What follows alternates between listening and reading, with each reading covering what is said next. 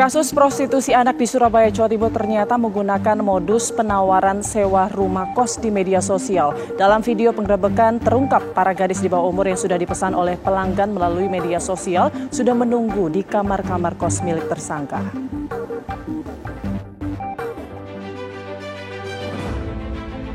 Inilah video penggerebekan yang dilakukan oleh Subdit Siber Ditreskrim Polda Jawa Timur di rumah kos milik tersangka OS di Mojokerto, Jawa Timur. Rumah kos tersebut digunakan tersangka untuk praktek prostitusi yang melibatkan 36 anak di bawah umur. Dalam penggerebekan tersebut, tampak para anak di bawah umur berada di dalam kamar kos dan tengah menunggu para pelanggannya. Dari hasil pemeriksaan terungkap, modus kejahatan prostitusi online dengan melibatkan anak di bawah umur ini sudah dilakukan tersangka OS sejak 2 tahun lalu dan menggunakan media sosial dengan kode-kode tertentu. Dengan WP-nya atau enggak gitu. Kalau mau dengan WP nanti dikasih nomor telepon untuk ditawarkan WP-nya yang mau seperti apa gitu. Nah, setelah setuju, misalkan mau anak SMP atau SMA, nanti dari resellernya inilah yang kontak ke OS itu. Jadi OS yang memutuskan siapa yang akan menjadi temannya kliennya itu. Sementara itu tersangka mengaku jika para wanita itu yang mendatangi dirinya untuk dibantu dipromosikan melalui media sosial. Dari hasil transaksi tersangka mendapatkan setengah bagian dari harga yang sudah disepakati.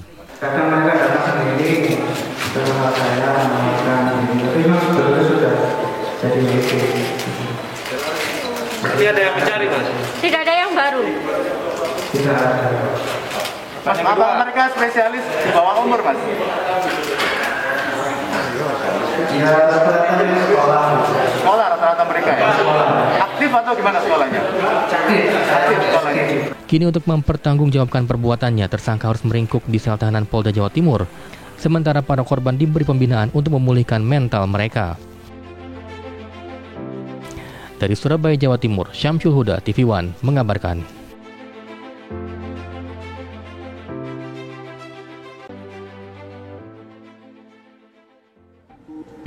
Terbongkarnya sindikat prostitusi online yang berkedok sebagai penyewa kos harian, pelaku menawarkan sejumlah anak di bawah umur untuk melayani sejumlah pria mulai dari usia 14 hingga 16 tahun. Untuk mengetahui terbongkarnya kasus ini, kita sudah terhubung dengan AKBP Zulham Effendi, Wakil Direktur Reserse Kriminal Khusus Polda Jawa Timur. Selamat siang, Pak Zulham Effendi. Selamat siang, Mbak Putri. Iya, Pak Wadir, bisa dijelaskan mungkin ini kan ada pekerja seks di bawah umur, ada resellernya juga. Ini tugas mereka ini apa aja, Pak? Ya, baik.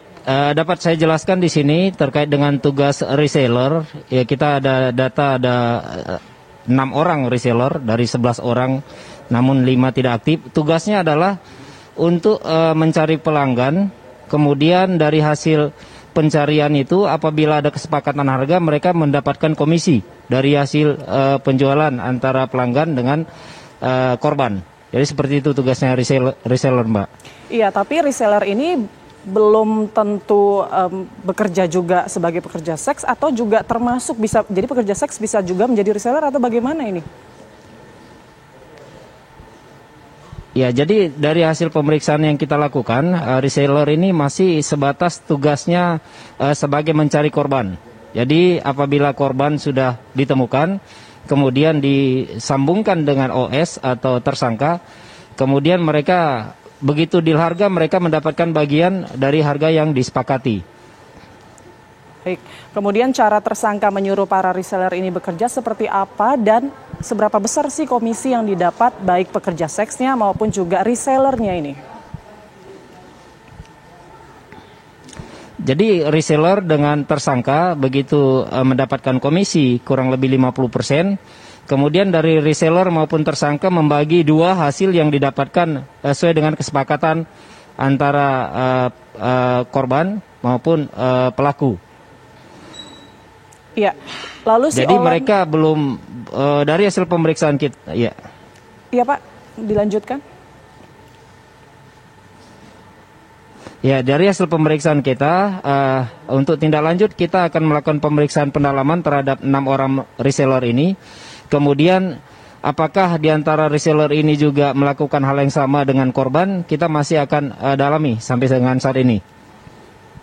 Baik, nah Olan Suryono ya Pak, pelaku ini memasang daftar harga tiket wisata Rumah Nobita. Paket-paket namanya pun unik-unik nih tampaknya. Ada tiket Doraemon, kemudian ada tiket Nobita, tiket Suzuka maksud kami dan lain-lainnya. Ini bisa dijelaskan maksud dari tiket-tiket ini apakah seperti paket harga atau bagaimana ini?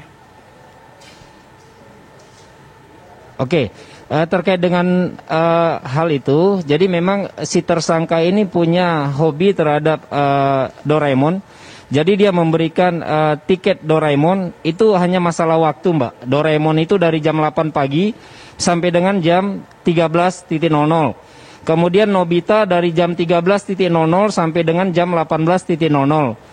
Kemudian tiket Suzuka dari pukul 16.00 sampai 23.00. Dan tiket Soneo dari 23.00 sampai 04.00. Ada lagi tiket Giant yaitu 12 jam. Kemudian tiket Dorami itu 10 jam. Ada juga tiket Jaiko itu 8 jam dan tiket Dekisugi itu 7 jam. Jadi karena memang si tersangka ini terobsesi dengan Doraemon dan dia menyukai kartun Doraemon, dia memberikan nama-nama tiket ini sesuai dengan waktu dan lamanya orang itu bisa menempati kosan tersebut. Demikian, Mbak. Ya, ini jadi seperti kode atau sandi-sandi tertentu yang digunakan untuk memesan begitu ya Pak ya. Lalu apa profesi pelaku sebelumnya selama ini? Kalau prosesi pelaku itu adalah penjaga atau karyawan swasta sekaligus penjaga di kos-kosan. Jadi ada 5 kamar kos, 1 ditempati oleh pelaku, sedangkan 4 itu dijajakan untuk kelasan sesuai dengan yang tadi saya sampaikan, Mbak. Iya, lalu para korban di bawah umur ini dari hasil pemeriksaan ada paksaan nggak sih Pak dari pelakunya sendiri? Dari hasil pemeriksaan itu korban dari peran serta reseller sehingga menyetujui dan menyepakati apa yang sudah disampaikan pelaku sehingga terjadi transaksi. Dari hasil itu pelaku dan reseller mendapatkan bagian. Jadi dari hasil pemeriksaan mereka juga ya menginginkan kurang lebih seperti itu, Mbak. Baik, terima kasih banyak informasinya Bapak AKBP Zulham Effendi selaku Wakil Direktur Kriminal Khusus Polda Jawa Timur.